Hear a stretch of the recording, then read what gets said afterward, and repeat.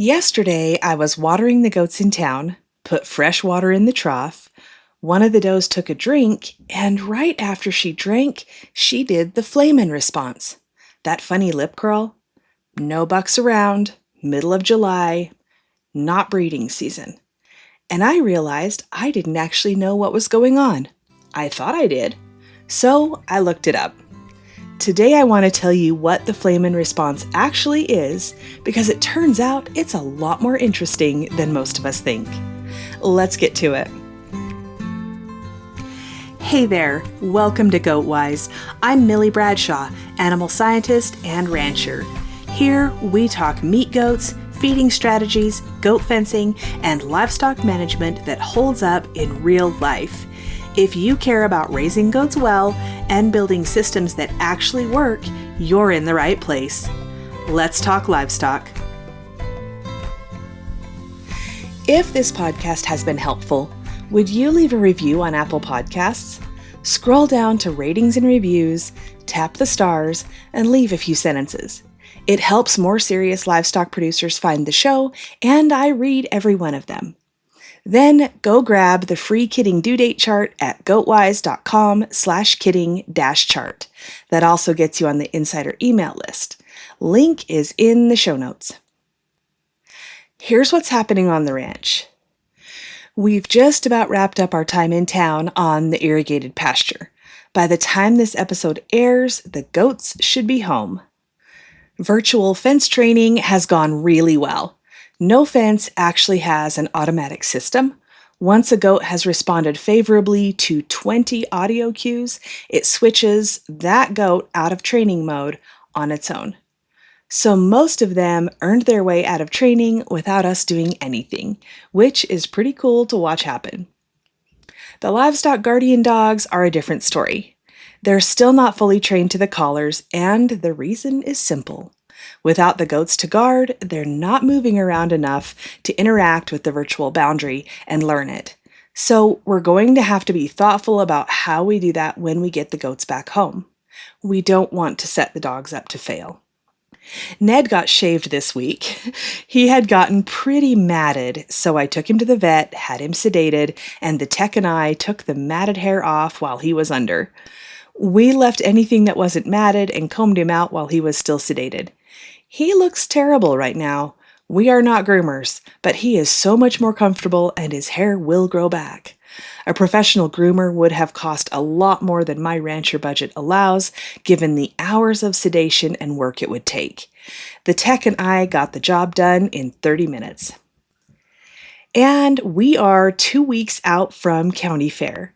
The kids are dialing in their projects and things are looking good.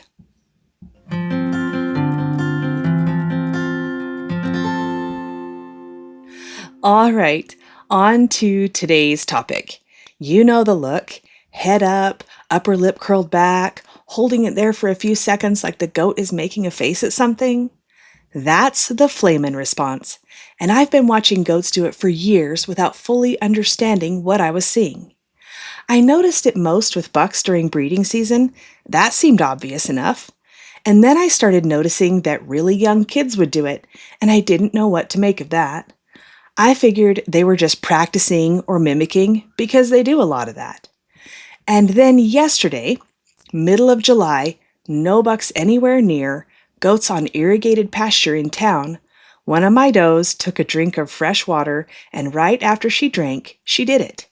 And I thought, wait, this is not just a breeding behavior. So I went and looked it up. Here's where I have to be honest with you. I have a master's degree in animal science, and I was taught that the Flehmen response was pheromone related. That's what the textbook said, and it's not wrong. Pheromone detection is absolutely part of this, but it turns out that's not the whole story. It's a much broader tool than that. The research shows it's a general chemical sampling behavior, not just something that happens during reproduction. And I was only taught part of it. So let me tell you the whole thing. Stick with me here. This is actually very interesting.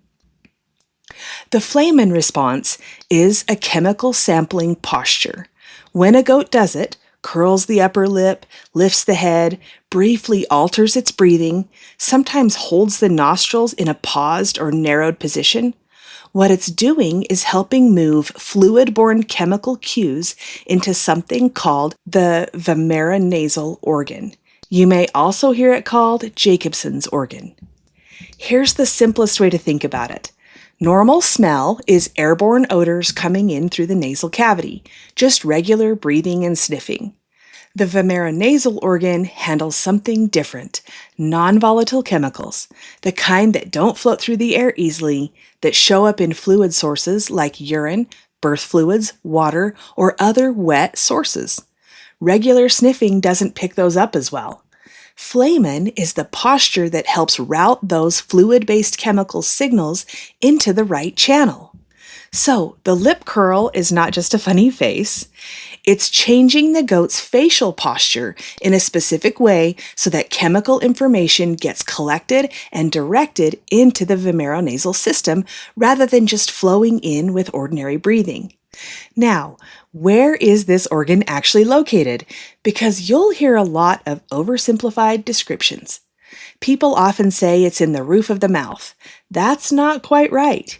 In goats, the vomeronasal organ sits in the front of the nasal cavity along the nasal septum, the wall that divides the two sides of the nose. It communicates with the outside through small ducts near the anterior palate, which is why it gets associated with the roof of the mouth. It's near that area, but it's not sitting on it. When a goat flamens, it's not creating a smell from scratch. The goat has already made contact with the fluid source, drank from a trough, encountered urine or birth fluids, and now it's using this posture to route the chemical information from that fluid into the part of the sensory system that can read it. It's a delivery mechanism. Regular smell handles airborne signals. The vomeronasal organ handles fluid-based signals. Flehmen is the bridge between the two. So what was my doe doing at the water trough? Our water in town is noticeably different from our water at home. Both are well water, but even I can taste and smell the difference. Different mineral content, different chemistry. She drank fresh water coming out of the hose and immediately had a Flehmen response. It had to be something fluid-based that triggered it. That's how this system works. It could have been the mineral content or dissolved compounds in the town well water, something unfamiliar compared to what she drinks at home. It could have been something stirred up from the bottom of the trough when the fresh water went in. Residue, trace amounts of urine from other animals, something left behind. I genuinely don't know exactly what she was sampling, but whatever it was chemically interesting or unfamiliar enough that she used the Flehmen response to analyze it more carefully, and it had nothing to do with bucks. Now, let's talk about bucks. They are the most dramatic and most frequent users of this. And they're probably why most of us default to thinking of the Flehmen response as a breeding behavior. Bucks investigate doe urine and genital secretions with it constantly during rut. They're using it to assess reproductive status, to figure out where a doe is in her cycle. And here's something I found interesting in the research. Bucks actually flamen more in response to urine from does that are not in estrus than from does that are. They're not just confirming heat, they're actively discriminating. They're sampling chemistry and trying to determine exactly where in the cycle that doe is. It's a sophisticated detection system, not just an on-off switch. And yes, bucks urinating on their own faces and then doing the Flehmen response, that is a real thing and it serves a real function. They're essentially marking themselves with their own scent and then sampling it, and it's all part of the same reproductive chemistry communication. It looks absurd, it's actually very functional. Does do it too, and not just during breeding. Female goats will show the Flehmen response when they encounter unfamiliar odors, urine, birth fluids, or any fluid-based stimulus that's chemically interesting. It's investigatory behavior. She's gathering chemical information about her environment. My doe at the water trough was doing exactly that. And the does doing it right after kidding? Now that I understand the mechanism, it makes complete sense. Birth fluids are one of the primary fluid-based chemical sources this system is designed to analyze. A doe having a Flehmen response right after kidding is sampling the birth fluids, identifying her kids, imprinting on their specific chemical signature, making sure she knows which ones are hers. That's the vomeronasal system doing exactly what it was built to do. I was watching that for years and thinking it was hormone-related only. What I was actually watching was a doe building a chemical map of her own offspring from the first minutes of their life, which is remarkable when you think about it, and it helps explain why strong mothering does are so reliable about claiming their own kids and not others. And the young kids doing it? Not practicing, not mimicking. The vomeronasal system develops early, and kids can show a Flehmen response once their chemosensory and facial motor behaviors are developed enough. They're using it for the same reason adults do: learning about their environment, recognizing their mother, building their understanding of the chemical world around them. They're gathering information. So, what I thought was a breeding behavior is actually a chemical sampling tool that goats use across all kinds of contexts, at all ages, in both sexes. It just happens to be most obvious and most dramatic in bucks during breeding season, which is probably why that's the version most of us learned. The vomeronasal organ is a separate chemosensory system designed to handle non-volatile signals that regular smell doesn't pick up efficiently. Pheromones, reproductive chemistry, identity cues, novelty in water chemistry. When your goat curls that upper lip and holds it there looking thoughtful, they are doing something very deliberate and very sophisticated. They are reading chemical information that your nose can't even detect. The next time your buck pees on his own face and then curls his lip and stares into the distance like he's having a profound moment, he kind of is. See you next week. Hey there, thanks for listening today. If this episode was helpful, share it with another producer who's raising goats. And if you haven't already, leave a quick review on Apple Podcasts. It helps more serious livestock owners find the show.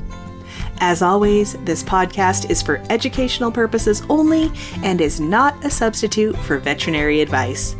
I'll see you next week here on GoatWise.